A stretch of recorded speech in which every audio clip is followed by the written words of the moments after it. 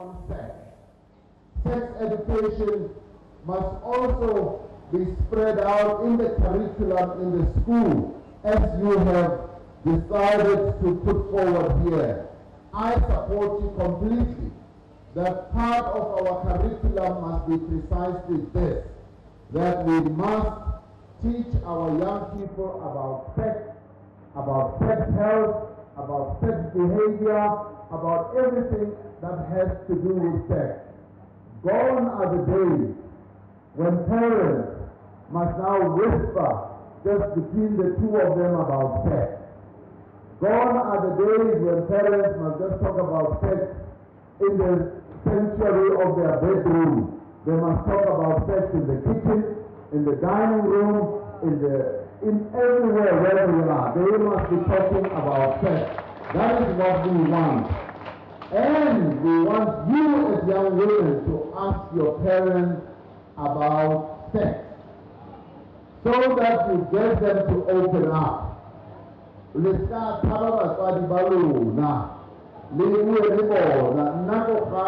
got a 19-year-old. She does ask me embarrassing questions about sex. And each time she asks me, okay, let's sit down with me and let's go through all this. And she listens to me as I tell her about sex and sexuality and all that. And then, of course, I often use scare tactics as well, about condomizing. I scare the daylight out of her head. But she understands, and we talk about it, about condoms and all that. And it is important that as parents, we should do sex education in the home. The issue of pregnancy is a matter of concern, that young girls who get pregnant are then rushed out of school.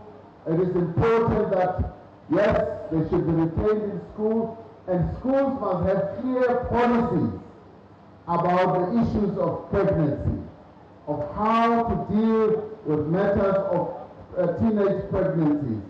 But it is also important that you who have been to the boot camp, and I was very impressed to hear that you learned a lot at the boot camp, and you are now going back to your communities. You are going to spread the message. It is important that as you spread the message, you must be telling your friends, your peers, the people that you go to school with, to university with, about the importance of abstaining. And I often tell young people that, sex is such a wonderful experience, probably one of the greatest experiences, but it is even much better when you wait for it to come at the right moment, because then it is much more enjoyable. And this is where I say it is better to abstain, and if you have to do it, make sure that you use a condom. Now, condoms are now more readily available. The Minister of Health came up with this new innovation of these wonderful condoms that I displayed in Parliament. Today, when my friends see me, they always just do this. They say, do this, give us some. And I always have some condoms to give out to them. So you too must make sure that your friends do have condoms, because now they are readily available and they can have condoms of whatever flavor. And the condoms are so well designed, and thanks to the minister, he did his own research.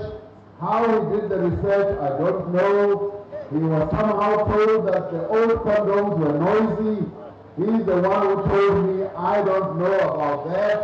But he knew more about the noisiness of the condoms.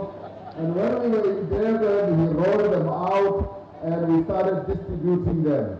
Now you find these condoms all over. You even find them in Parliament. Even in Parliament, these condoms are now readily available. Now, all I say to you as young women is that make sure that before you have to participate in any sexual activity, use a condom.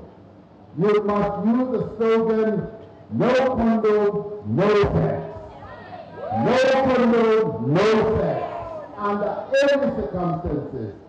And you must be firm about it, and you must be determined, because that is how you are going to save your life. And that is how you are also going to prevent pregnancy. Now, coming to sanitary pads. The sanitary pads issue the message has hit us. It has really been driven home. We now know that the sanitary pads issue is an important one. For me, it was first raised by the ANC Youth League. And when they raised it, I just thought, what are they talking about? But later, when young women like you started talking about it, when young women like you started relating it and telling us the real story, that you keep away from, many young girls keep away from school because they don't have sanitary pads. Now, the government has taken this up. Minister Susan Shabangu, the minister in the presidency for women, has taken this up, and she is making it a big program in the duties that she has to execute. So she is going to be making sure that sanitary pads, yes, do become rolled out. Young women, yes, should get sanitary pads. We agree with you. Sanitary pads are important, and thank you very much for raising it as prominently as you are raising it.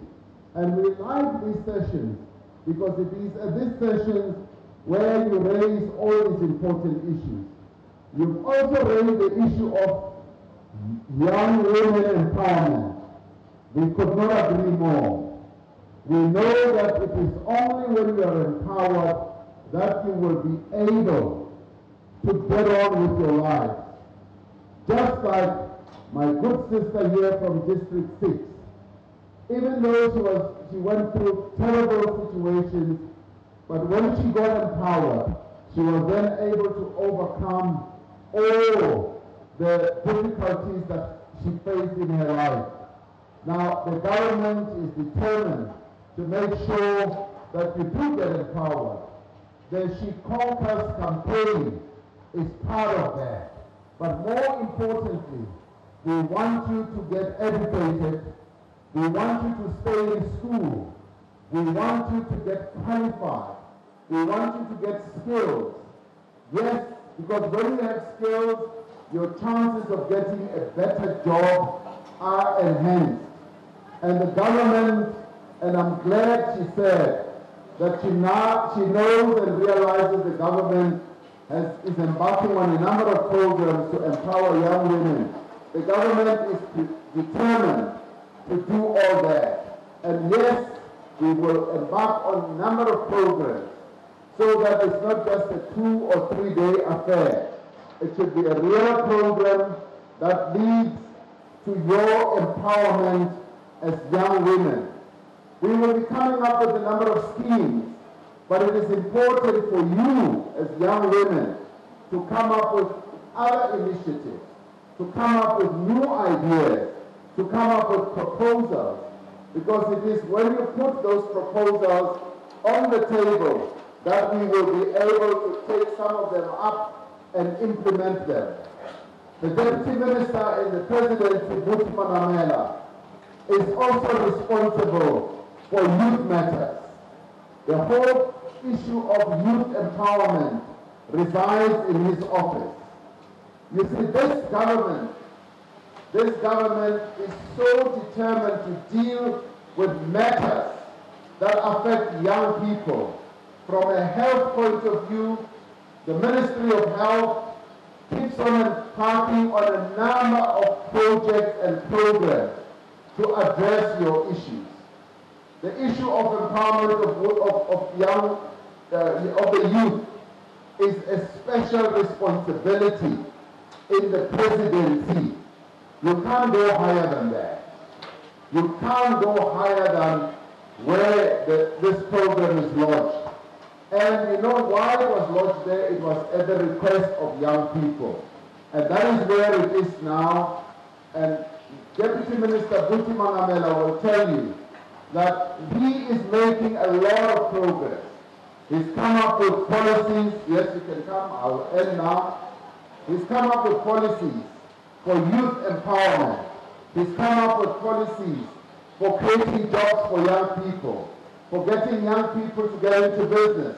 We want you as young women to be so confident, to be so empowered, that you will have access to the services and opportunities that government makes available. This government is serious. It is determined to address all the issues that you have raised. Our level of seriousness is such that we discuss issues of youth empowerment in the cabinet of the country. We discuss issues of youth, the health matters that affect young people in the cabinet of the country. And this is not just cheap talk, it is real talk, because the issues that we have raised are matters that we are addressing. Lastly, I'd like to thank you all of you, the young woman from Malachi, the young woman from Sibane, Tato, from Orange Farm, from Tessa, and all that. Would like to thank you for sharing your stories with us. And when we finish here, the minister and I would like to meet those of you who came to represent all these issues, because we want to shake your hands and congratulate you for the manner in which you have raised these issues, for the articulate way in which you put your issues forward. You spoke so well.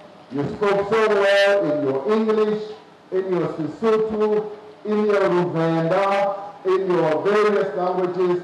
We thank you for that, because it already shows that you are empowered, and we love you very much. Thank you so much indeed.